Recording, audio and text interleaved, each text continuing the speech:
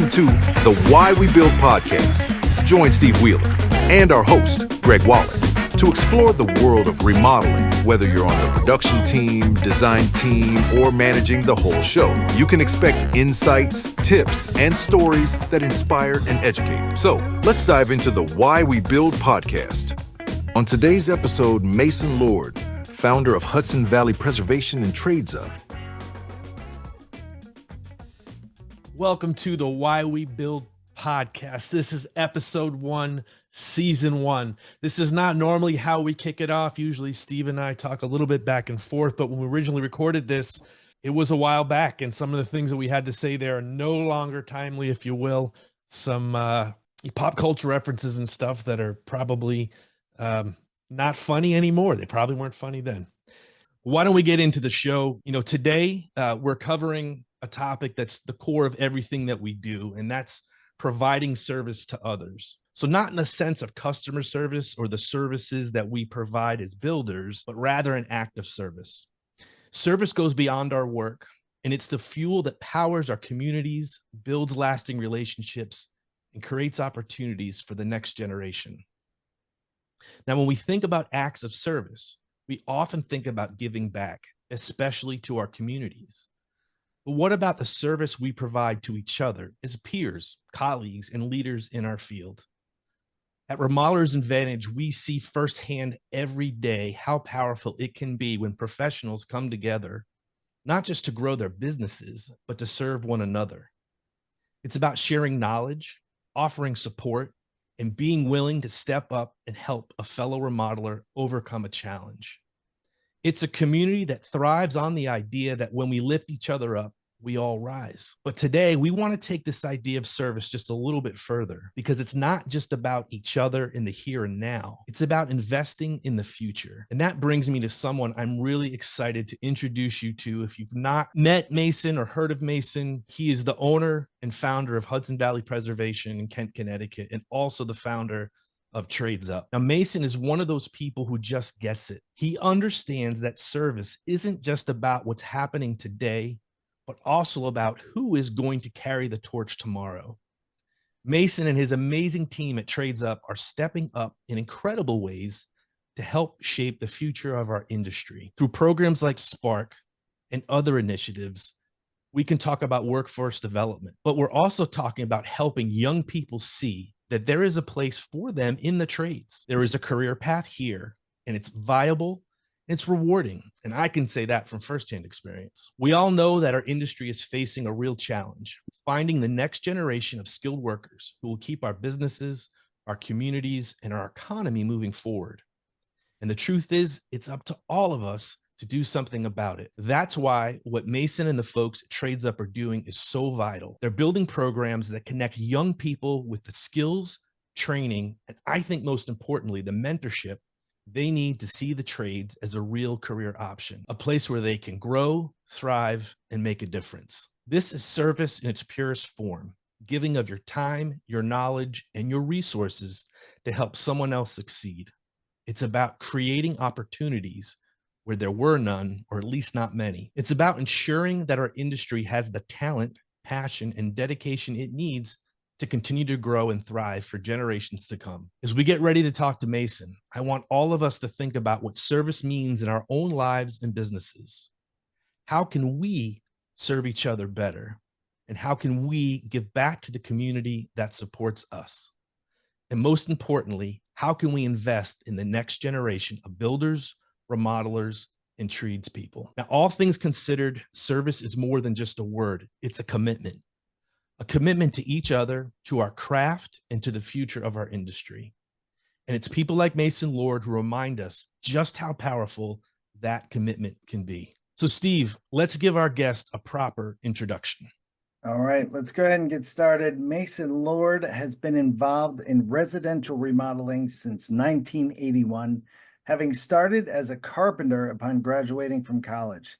After an apprenticeship at the Restoration Workshop for the National Trust for Historic Preservation at Lyndhurst in Tarrytown, New York, he started in business as a restoration craftsman and grew the business to become Hudson Valley Preservation in 1991. Hudson Valley Preservation has evolved into a single source solution for project delivery, providing architectural design, services, and the build. He's also the founder of Trades Up, founding that in 2022. Trades Up is a 501c nonprofit working to reignite the interest in the trades. Welcome to the show, Mason. Thank you, Steve. Thank you, Greg. Mason, how are you doing? I'm doing pretty well. Yeah. I had a exciting day yesterday. I drove up to Boston for the Midwest Building Science Symposium. Okay. And met some of the people, listened to some of the people that I've admired over the years. And it was a great day for me to be up there talking to these industry kind of heroes, I would say. Yeah, our mutual friend Ben Bogey was there presenting, and Ross Thrui and Steve Basic, lots of people that we look up to along the way. Very good stuff. Now, I think Steve gave you a really good introduction, but I want to understand your background and how it formed your ideas to build Trades Up in the capacity that it is today. Well, I think it's a long story, and I'll try to keep it short so it's not like your family's travel photos. But really what started was my father died when I was in first grade of a brain tumor, and that was a scary time for me. I was fortunate, however, to have a number of male mentors throughout the years. And the first of those mentors was my neighbor across Underwood Road from me in Baltimore, Mr. McNair. And to give you an idea of the kind of guy Mr. McNair was, every Christmas Eve, he and Mrs. McNair would invite all the kids of the neighborhoods to the house. And at the end of the evening, Mr. McNair would come down the stairs dressed as Santa Claus with a big sack of gifts over his shoulder. And the thing that I remember about that is that my name was on the gift. And I really thought this gift was picked out just for me. It made me feel good. The other thing about Mr. McNair is he had a wood shop in his basement, and he invited me down there to build little simple pieces of furniture. And I still have the little blue chair that I built for my baby sister, Rebecca. And it's now at my son Alex's house for my granddaughter, Piper, who was about 1.5 years now. So that was where the spark was really lit for me. And I had great industrial arts program in high school, middle school and high school. And I built a little more sophisticated pieces of furniture, and I even built a boat my junior and senior years. I went to college, and I think I felt adrift a lot in college. It just wasn't, I didn't feel like I was doing anything that made me feel worthwhile. And I have a recollection of one day, I think it was my senior year, feeling low and not feeling worthwhile. And all I wanted was a router. And I don't know what I was going to do with that router. I just know that I wanted to make something, and that would have made a difference for me. And then after that, I graduated from college. My high school football coach had started a remodeling business, and I went to work with him. And from there, Lyndhurst, then I think, as is typical with a lot of tradespeople, go out on your own. My partner at the time then, Craig Marchessault, and I put $100 each into a bank account, and we had a job lined up, and we just went from there. It was a great business plan. And that's the start of Hudson Valley Preservation? Yes, Yeah. yes. Craig and I had a business called Craig Mason Restoration that we started in 1987. And the mentors have continued through this time, and I still am finding mentors throughout. mentorship is something I definitely want to touch on a little bit later, but talk to me a little bit about Trades Up and what the mission of Trades Up is all about. Well, the mission really is to get all types of people into the trades. When I started in the trades in the early 80s, it was really exclusionary. If you weren't white and relatively intelligent, then if you were a female, person of color, LGBTQA, somebody who learned differently, you didn't stand much of a chance to stay on a job site. You had to be really, really tough. I remember thinking that construction back then, you had to be tough, whether you were like me, a white guy with a college education. So for Trades Up is to invite all types to our events. And the goal is use your hands with tools. We're not trying to build something. It's not competitive. And when we did our first event in 2022, we didn't know what was going to happen. I think, Greg, you were on the planning team, and we didn't know if we're going to have 100 people, which would have been a little disappointed, or 500 people, which would have been scary. And it turned out we had almost 500 people. We thought the age group was going to be middle schoolers. It turned out that elementary schoolers was the age group that showed up with their parents. And we had 5-year-olds using circular saws to cut a 2x4.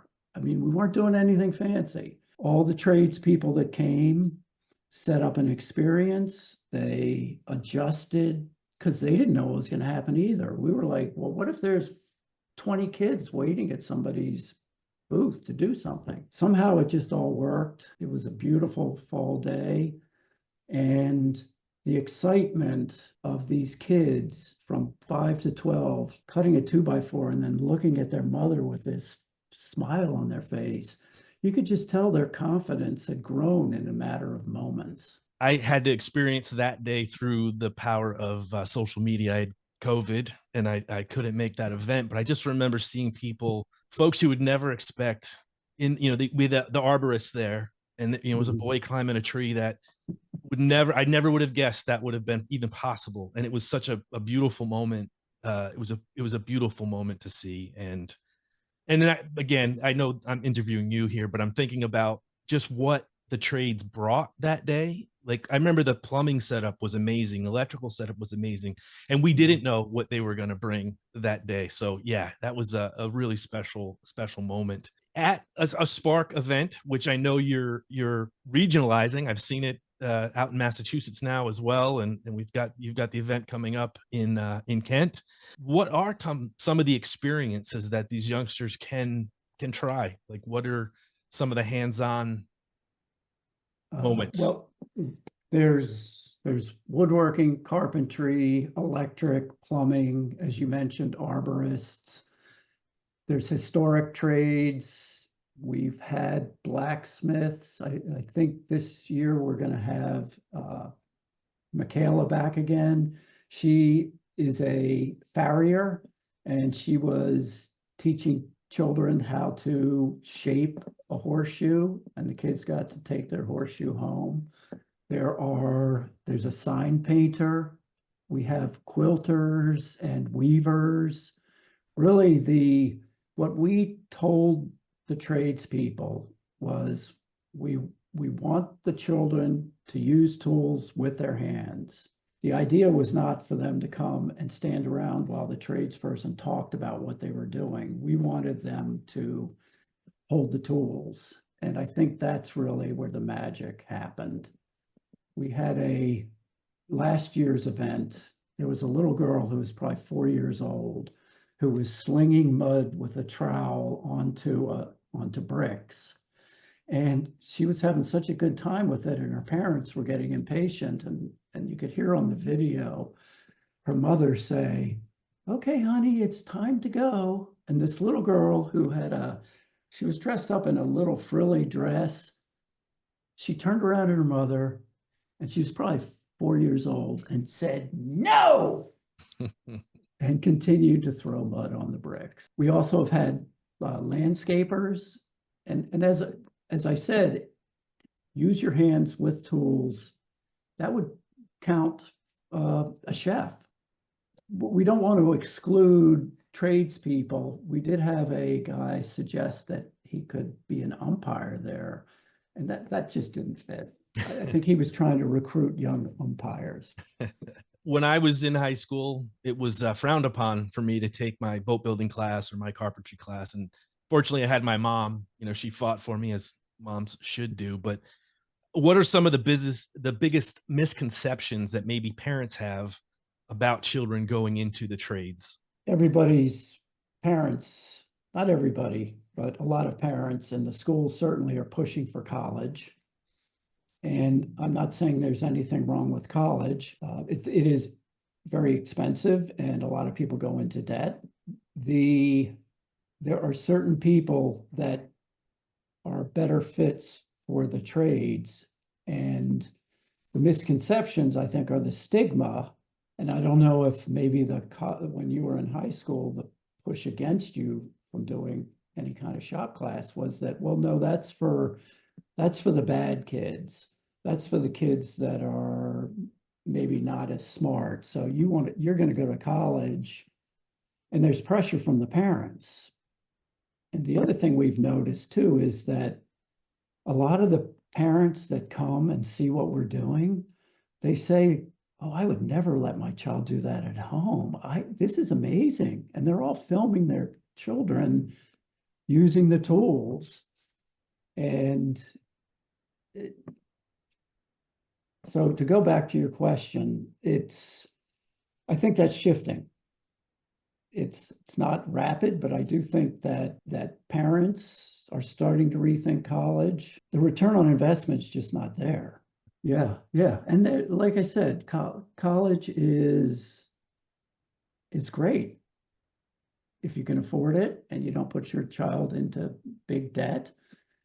And don't force them to go to college. Let them experience. The other thing is with Trades Up, we are a first step. There's nothing wrong with somebody coming to this event, learning how to use a tool, becoming interested in it so they can figure out how to fix their own house when they grow up. Go off and become whatever you want, but you may not have to call a tradesperson when you own a house to fix your clogged toilet or change something electrical for yourself. And I think that building the confidence in children is really part of the impact. And the thing that separates what we're doing with Trades Up is a lot of the workforce development programs out there really focused more on middle school and over, high school, trade school, technical school. But what we want to do is be able to get that spark lit and then have places that we can. So what happens after that? Well, we are doing local events at the Eric Sloan Museum. We've had intro to carpentry, plumbing basics, drywall and painting. And our goal is to have a summer camp eventually. And if we could even have a workspace where there could be classes and some of the mentors could be working at this place, that would be great. And that would be the local impact. We are working to create a toolkit for other communities. And you mentioned Massachusetts. Martha's Vineyard is going to have a Spark event October 26th, 2 weeks after ours. And they're acting as a beta test for doing this. So one of our presenters, Andy Steele, comes from the Boone, North Carolina area, and he's driven up 10 hours, brought his family to our 2 events, and he is interested in doing an event down in his North Carolina area. Steve. It's amazing. I've had many discussions around the skilled trade gap, the trade deficit, all of these things, and I feel like when you start going down this road of discussions of how we got here, all of the discussions around four-year education, colleges, I mean, it's normally a discussion that needs about 6 hours to really dive into all of the different avenues. So it's tough within a 30-minute parameter. But I'm well aware of when I was in high school and different stereotypes, misconceptions of the kids that did go into the co-op program, or, you either went to a college or you went into military or the trades. And that seemed to be, at the time, something that was bad. Now, I went to college as well. Afterwards, while I was job hunting, I jumped in the trades too. At that time, it was carry lumber, sweep the floor for a year, and then we'll yell at you. And then if you stay around, we'll start letting you use the saw and things. And I think those times have changed. So I'll put a pin in that part of the question. But, I didn't know I would ask this question until now, but I'm curious if you've ever looked into why traditional universities, why it's such a Bloods and Crips, Greasers and Socias type avenue, why traditional universities have stayed away from adding curriculum like the trades. I think, like you said before, that's a 6-hour conversation. And I have been doing some research trying to understand this a little bit better. And recently I came upon an article that spoke to I think this started maybe in the 70s and maybe even in the 50s, College Board and the AP classes. So you could get above a 4.0 if you took an AP class, whereas if you were in technical school, you could only get like a 2 or a 3 as your grade. And that, I mean, even I talked to a contractor who I'm asking to be a presenter, and he said that even in the trade school that one of his children is going to, our technical school, that they're even pushing for college at this point, which seemed a little strange to me. And why is college not doing it? Maybe there's the stigma that, well, we can't charge that much money for education if we teach them how to use their hands. That's part of the question, because I do think there is room for some of the intangibles that college gives you. It's time management, it's being away from home, it's structuring your day, those types of things I think are incredibly valuable. Learning information, being tested on it. I think there's a place for the structure. And then, having that 4 years of being a little wild, having a beer bong or two, those types of things, but all within the confines of setting yourself up for future growth. And it just, I've really never thought about that up until this point. But, I wonder why the structure of college couldn't, bring in more people from the trades. I'll go into kind of my next question is, as you are talking with the, the elementary school children, when they're getting their first taste of using their hands, because I actually had a similar experience. I ran into my old den leader from Boy Scouts recently, and I still use to this day, if I do a weekend project, I have a tool box that I made back then, and I still use it. I love it. It's one of my prized possessions. It's great. And but I remember the joy of making it. And so when you are teaching, when the kids are getting their first taste of tools and building something in a finished product, are you talking to them about, here's that direction, or are you just trying to really harness the excitement of using the tools and what building something looks like? That's a great question. I think a lot of what we're doing is giving the real basics of using the tools. For instance, in the plumbing basics, we taught them how to solder, and what they were soldering was maybe what would you call, like a rectangle. So there were elbows, there were little short pieces. We had them cutting the pipes with that. So they weren't learning how to run a water line in a house to a sink. Last year, when we did plumbing basics, we did cut and install a sink into a countertop. So they got to use a jigsaw. One of the things that we also really want to express is the passion and the heart of what it is to be in the trades. And that's part of, I think, what the tradespeople that are at an event can share with the children. And Patrick McComb, the senior editor at Fine Home Buildings, wife Carol, said this last year. The tradespeople are self-selecting, the ones that come to this, because they're volunteering their time, they're coming, they're showing their thing. Nobody's getting paid to do this, and they're giving up a Saturday. And a person that is really not thinking about service, like, I'm not trying to convince people to come do this. I'm telling them, come on, this is a lot of fun. And I think more and more of tradespeople sharing their passion for what it is that they do is a piece that will also help with shifting the ship to go in a different direction. So real quick, the college, it's not a four-year college, but on the Tim Fowler show, we had Greg Helmish from North Iowa Area Community Colleges. Great program that he's doing out there. And I know there's others in the country as well. Can you please, like you've said Spark a bunch of times, and I know Spark is also the name of the event now. What does that mean to you, and where are we going with this? If you've never done this, if you've never used a tool, you don't know what you don't know. And I think with what these younger children are getting is almost an immediate feeling of confidence that if they go to a lumberyards can be intimidating.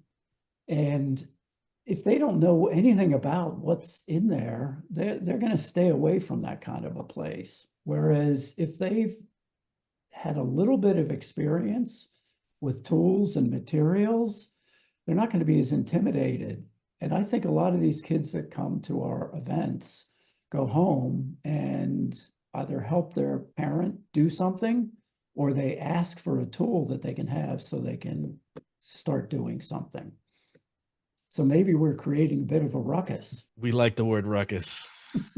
Yeah. And Greg, if I could jump in, I think something that's so important to mention with the trades is that life is really about being of value. You could say being of service to others, but also a caveat to that is a being of value, and knowing how to do something is incredibly valuable. So when you come out of college, unless you're specifically going to college for biology, something that will go into postgrad, you can learn how to do things. But a lot of times with a consumer economics, a business, you're going to get a general studies and you know about things, but you don't yet know how to do things. And that's why, the trades, just when you try to talk somebody that may be in the general direction of college, you can make an incredible living if that's what you wanted to do.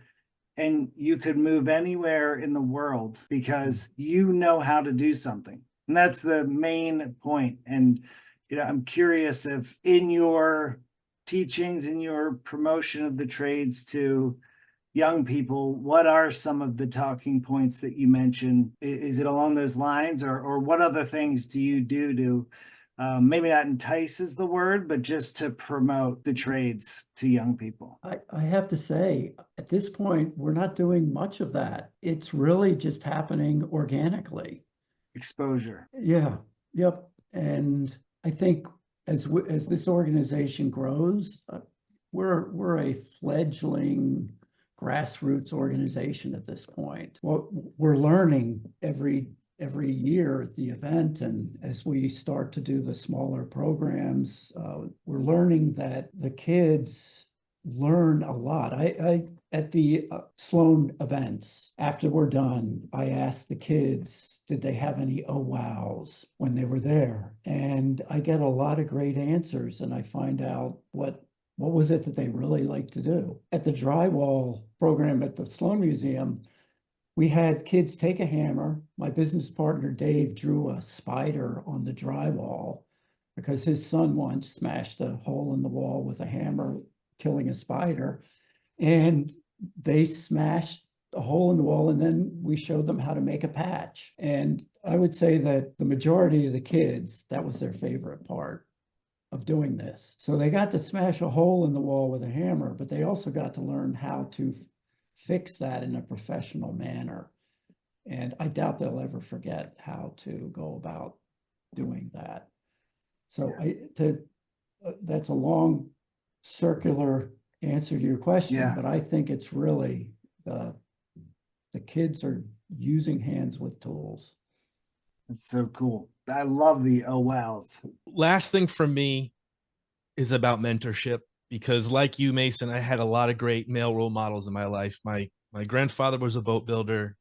My dad was just, always there for me. And not that I didn't have great women. My mom was, obviously, I told the story. She's a super good influence as well. But what can people do to be better mentors, or just to be a mentor? What simple steps can someone take in order to provide mentorship to somebody? I think patience is maybe where you start, and kindness, paying attention, getting to the level of the person you're with, not judging them for how they are or how they respond, being interested in the best for whatever that person is, building them up, helping them to succeed in whatever it is they're doing or trying to do. And if they're not cutting on the line, be patient and show them how maybe to do it a little bit better. I mean, there are some kids that at some of these smaller events, like we'll do at the Kent Memorial Library Carnival, that's around Labor Day.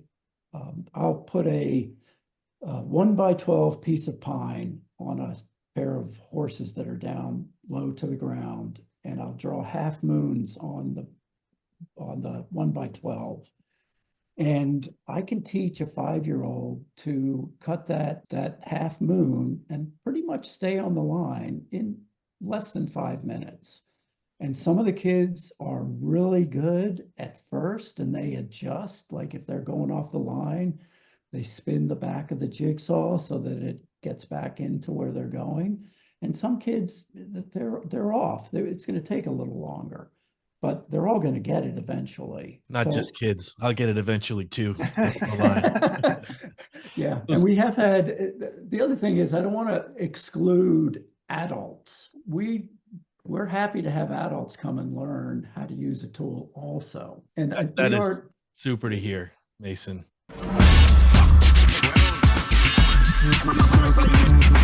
It's Hammer Time with Steve Wheeler.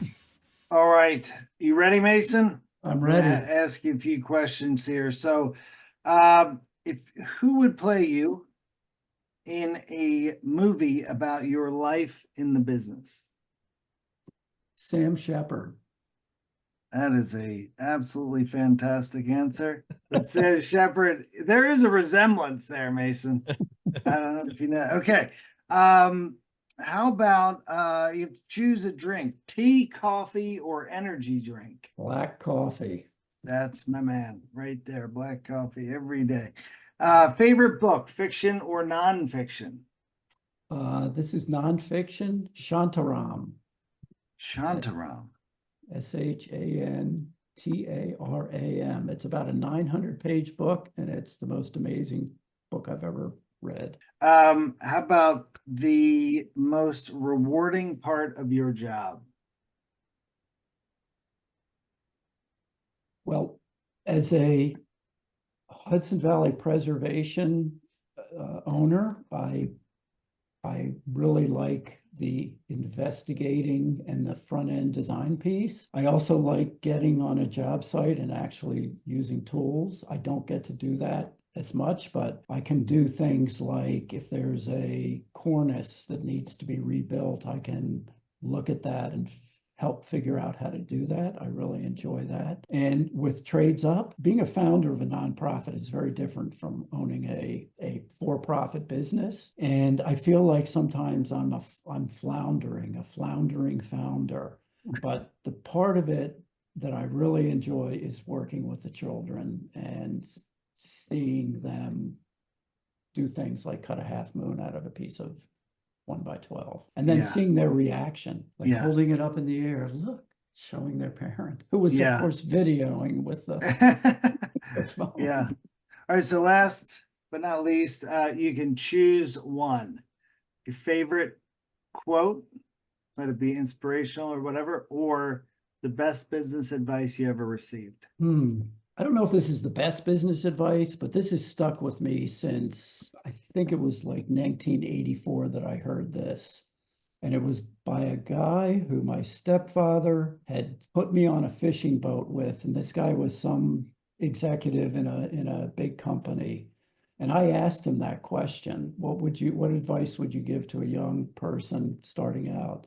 And he said, be totally honest and fear no one. Wow. I still am working on that fearing no one part. Yeah. Yeah. That's fantastic. That's a great end to our segment there, Greg. Mason, thank you so much for joining us. It's really special that you're a guest. I think you're an awesome person, and I love what you've done for the trades, especially in our area. Give us the rundown, the details of the event, when, where. The Spark Kent event is October 12th from 10 o'clock till 4 o'clock at the Connecticut Antique Machinery Association and Eric Sloan Museum properties. So they're on the same property.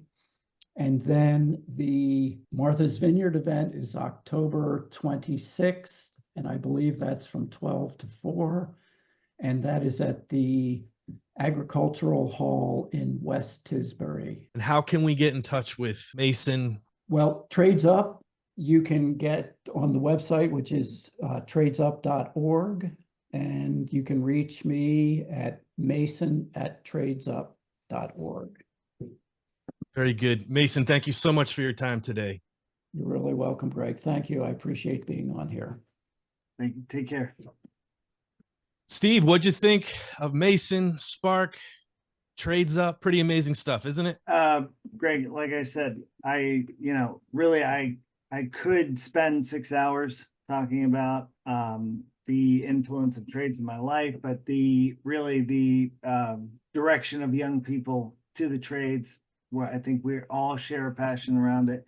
It's amazing to hear people that do something about it, in Mason's example. And I've always considered myself somebody that's kind of tied into the niche building community, Greg, but you take it to an entirely different level. So I've loved the exposure that you've been able to show me. And this is a prime example of being introduced to Mason and hearing the things that he's done, but the things that he's aiming to do in promoting and reigniting trades to young people specifically. So I found this to be just really, again, eye-opening, again, more exposure to this topic, and I love everything about it. And seeing it in action, you know, the passion that Mason talks about, seeing these little kids or even adults solve a problem or just do something never done before. It is great. And then I also want to say, I said this one other time, but the people that are volunteering, you know, I remember the plumber brought this whole setup to teach kids how plumbing systems work. An electrician did the same thing. Like, these volunteers really put a lot of effort into it. Not just, you know, we have the Trades Up volunteers that do a heck of a job, you know, promoting this event, setting this event up, but the people that Mason gets and the whole team get really they care about this just as much as anyone could. So at this point, Steve, I'm going to turn it over to you. This is your 60 seconds to share something positive with our world. And now, Steve Wheeler. So I had asked about the business quotes, and there's a few that I've been chewing on recently, and I figured I would share. I think they're important, as our model and remodelers advantage is continual improvement, and really, you know, along the lines of be totally honest and fear no one. The couple that I've been just saying over and over recently is nothing changes if nothing changes. It's a great one. It's classic. If you find yourself in a spin cycle in your life, in your job, in any moment, just remember that the tiny changes, you could reference books like Atomic Habits, but tiny incremental changes can shift that big ship in a different direction. So the other one is if you don't hear it, eventually you're gonna feel it. So if you're along those lines, if you're hearing something that people are telling you, in our cases, a lot of times it's somebody that's getting advice at a roundtables meeting. It's really preventative of something that could be coming down the road. So when friends, mentors, people are giving direction, make sure that you are actively listening, because those things can show themselves in different ways, potentially negative. So that's it, Greg. Those are two things. Recently, I've been telling people those quotes, they're potentially on the more improvement negative, but directed into a positive side.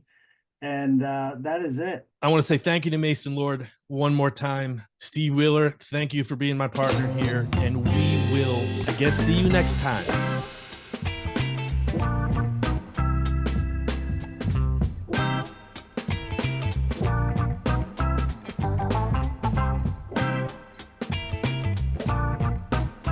That's it for this episode of the Why We Build podcast. We hope you found something valuable to take back to your team. If you enjoyed the show, be sure to subscribe and leave a review.